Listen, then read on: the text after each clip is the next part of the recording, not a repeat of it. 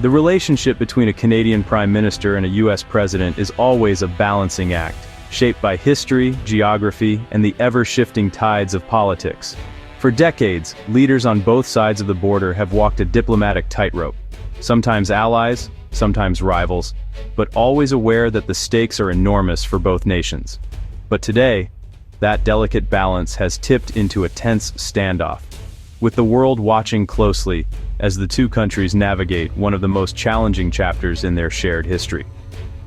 On one side stands Prime Minister Mark Carney, a former central banker known for his calm demeanor and reputation for steady leadership. Carney has promised to bring a sense of order and predictability to Canada's government, reassuring both domestic and international audiences that he can steer the country through turbulent times. On the other side is President Donald Trump, whose approach to politics is anything but predictable. Trump's style is brash, transactional, and often confrontational, making him a challenging counterpart for any world leader. Their dynamic is now the central drama in a trade dispute that threatens not just billions of dollars in economic activity, but also the livelihoods of workers and families across North America. Factories, farms, and entire communities are caught in the crossfire, anxiously awaiting the outcome. The US is Canada's largest trading partner, with supply chains so deeply intertwined that a disruption on one side of the border can send shockwaves through industries on the other. Every day, goods, services, and people flow back and forth, fueling prosperity on both sides. But Trump's America First doctrine has upended decades of free trade assumptions, challenging the very foundation of the economic relationship. Protests erupt, and uncertainty grows, as both countries grapple with the new reality. Many believed Carney's expertise and calm approach would be the antidote to Trump's bluster, a steady hand to guide Canada through the storm. He was seen as someone who could negotiate with skill and keep the relationship on track. Instead, the clash of personalities and worldviews has only escalated tensions. Each leader is determined to defend their country's interests, but their methods and philosophies could not be more different. Carney's consensus-driven, diplomatic style meets Trump's aggressive, deal-making tactics, setting the stage for a high-stakes confrontation that could redefine the future of North American cooperation.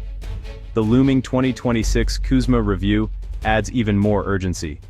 As the deadline approaches, business leaders and workers alike grow increasingly anxious, watching as stability erodes and uncertainty takes hold. The handshake between leaders, once a symbol of partnership and trust, now reflects the friction and mistrust that define this moment in history. This is more than a political dispute. It's a test of wills between two leaders with starkly different visions for their country's futures, and the outcome will shape the destiny of millions on both sides of the border. In late September, the Trump administration unleashed sweeping new tariffs on Canadian wood products, citing national security. The announcement sent shockwaves through both countries, as the economic relationship between the US and Canada is deeply intertwined. For decades, the two nations have relied on each other for trade, jobs, and prosperity. But this move signaled a dramatic escalation in trade tensions. This wasn't just another softwood lumber dispute. It now covers everything from timber to kitchen cabinets and furniture, expanding the scope far beyond what most industry experts had anticipated.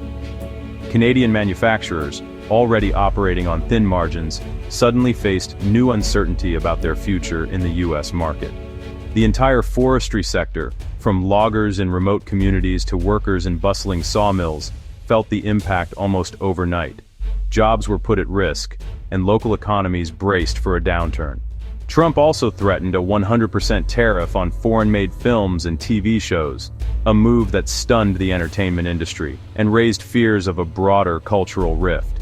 This cast a shadow over Vancouver and Toronto's thriving production hubs, which have long attracted major Hollywood projects and supported thousands of Canadian jobs.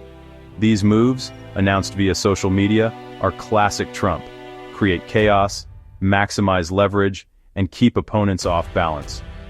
The unpredictability left Canadian officials scrambling to respond, while business leaders worried about what might come next. Canadian steel and aluminum already face tariffs, putting pressure on manufacturers and threatening cross-border supply chains that have taken years to build. And dairy remains a target, with American negotiators eyeing Canada's protected markets and pushing for greater access.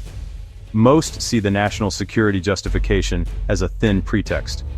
These tariffs are about negotiation, not safety. The real goal is to force Canada to the bargaining table, using economic pain as leverage. The strategy? Overwhelm Canada on multiple fronts, hoping for concessions before the CUSMA review. It's a calculated gamble, designed to extract maximum advantage in upcoming talks. It's a high-risk campaign already inflicting real pain on the Canadian economy, with factories closing, workers anxious about their livelihoods, and communities facing an uncertain future. Trade policy isn't abstract. It's pink slips and shuttered factories. In Kapuskasing, 300 Cap paper workers face layoffs. In Sault Ste. Marie, steel jobs are at risk. Imperial Oil's 800 job cuts highlight the broader economic fragility. The creative sector is rattled by the threatened film and TV tariffs, with projects on hold and thousands of jobs in limbo. The Hollywood North boom in Toronto and Vancouver is suddenly at risk of vanishing. For families, it's mortgage worries and tough conversations about the future. The trade standoff is no longer distant politics. It's at the doorsteps of communities nationwide. Lost jobs, stalled careers, and eroding economic security are the new reality. The pressure is mounting not just on politicians, but on the people they serve. Carney campaigned on experience, promising to manage Trump and secure a deal by July 21st. 7 months in, no deal has materialized, only escalating tensions. Now, Carney's government refuses to be rushed, adopting a new mantra: no deal is better than a bad deal. Ottawa has dug in, rejecting U.S. proposals and defending core interests like dairy. This hard line has surprised Washington, which expected more compromise. The Canadian strategy: wait for U.S. businesses hurt by tariffs to pressure Trump. It's a risky gambit. Canadian industries bear the brunt, while Ottawa bets on American political impatience. Carney's political future now hinges on whether standing firm will force a better outcome. Conservative leader Pierre Poilievre has seized on Carney's missed deadline and mounting job losses. He frames Carney's approach as a failure of leadership, highlighting layoffs at Cap Paper and Imperial Oil. Poilievre argues that other G7 nations have secured deals with Trump, isolating Canada. The opposition paints Carney's strategy as stubborn and high risk, promising a more pragmatic approach. This domestic political battle adds pressure as Carney faces criticism at home and confrontation abroad. With no end in sight, Carney's government is turning to subsidies to cushion the blow. A $400 million investment in Algoma Steel is just one example, meant to save jobs and modernize, but costly. Critics argue subsidies are a bandage, not a solution, and drain resources from other priorities. The government is asking taxpayers to foot the bill for its tough negotiating stance. This approach is a temporary lifeline, not a long-term fix. The reliance on subsidies raises questions about the government's economic plan.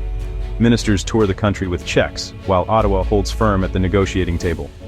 The longer the standoff, the more expensive and unsustainable this strategy becomes. As tariffs bite, Trump taunts Canada publicly, suggesting it become the 51st state to get U.S. defense perks.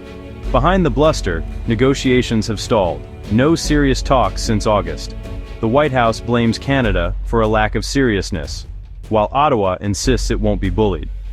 With talks frozen, Carney seeks leverage abroad, visiting Mexico and the UK to signal Canada has options. But no new partnership can replace the scale of U.S. trade. Trump's rhetoric stings, playing on old anxieties about American dominance. The lack of dialogue leaves Canada responding to insults, not progress. The standoff is now as much about style as substance. The future of Canada-US trade stands at a crossroads, with uncertainty clouding the path ahead and a range of possible outcomes on the horizon. Both countries are deeply intertwined, and the decisions made in the coming months will shape not only their economies, but also the daily lives of millions of people on both sides of the border. The current stalemate could persist, with tariffs remaining in place, job losses mounting in key industries, and government subsidies stretched to their limits. Factories may continue to idle, and uncertainty could discourage new investment, making it harder for businesses to plan for the future. Mark Carney's hope is that U.S. businesses, feeling the pain from tariffs and disrupted supply chains, will ramp up pressure on President Trump to return to the negotiating table and strike a deal that benefits both nations. If that scenario unfolds, Carney's insistence on holding out for a fair agreement, rather than accepting a bad deal, could be vindicated, showing that patience and resolve can pay off in high-stakes negotiations. But the risks are immense. Canada's economic model is built on reliable access to the vast U.S. market, and any prolonged disruption threatens not just trade, but the livelihoods of countless families and communities. If the impasse drags on, it could force a painful restructuring of industries, lead to business closures, and ultimately result in a lower standard of living for many Canadians. The ripple effects would be felt in homes, on main streets, and across entire regions. For the United States, the chaos in supply chains would drive up costs for manufacturers and consumers alike, while also straining a vital alliance that has underpinned North American prosperity for decades. This is more than just a trade dispute. It's a defining test for Mark Carney's leadership and for the strength of the partnership between Canada and the U.S. The world is watching to see how both sides respond to this challenge. The coming months will be critical, revealing whether the gamble on tough negotiations pays off, or if the cost of conflict proves too high for both nations to bear. Ultimately, the final chapter will be written not just by political leaders, but by communities, businesses, and the enduring logic of partnership that has long defined the Canada-US relationship. The choices made now will echo for generations to come,